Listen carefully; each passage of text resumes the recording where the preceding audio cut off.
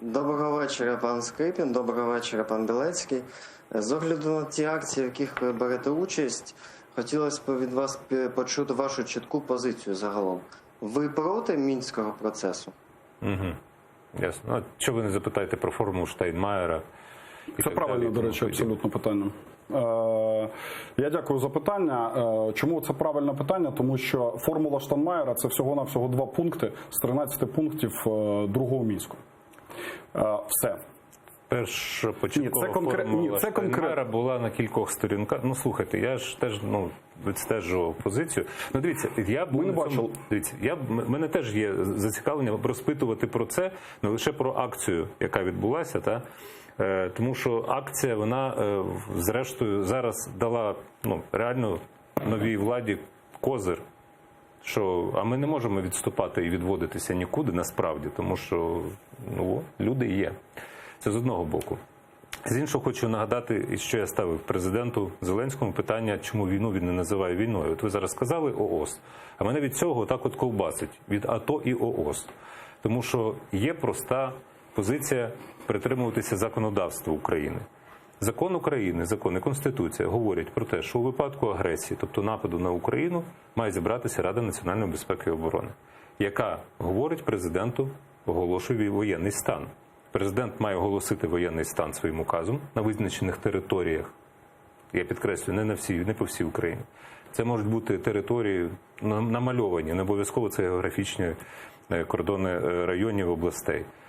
На визначених територіях вводиться воєнний стан, говориться, Рада затверджується через 2 дні, протягом 2 днів.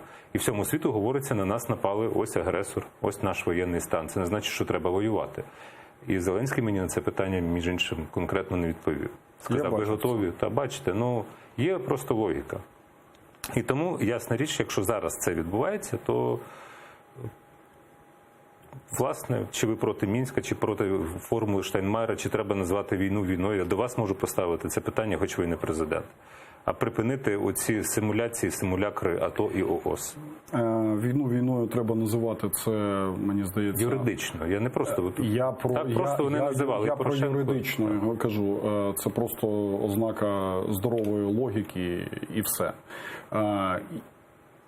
І морального здоров'я, в тому числі в країні, тому що в іншому випадку це двоємисля, як мінімум. Так? Це гібридність тоді, ми підтримуємо. Що стосується того, що я назвав ООС, тому що це називається зараз операція Об'єднаних Сил. І коли я говорю про полк і говорю в плані підпорядкування і так далі, я вважаю, що розумно користуватися тою термінологією, яка є офіційною в дану хвилину.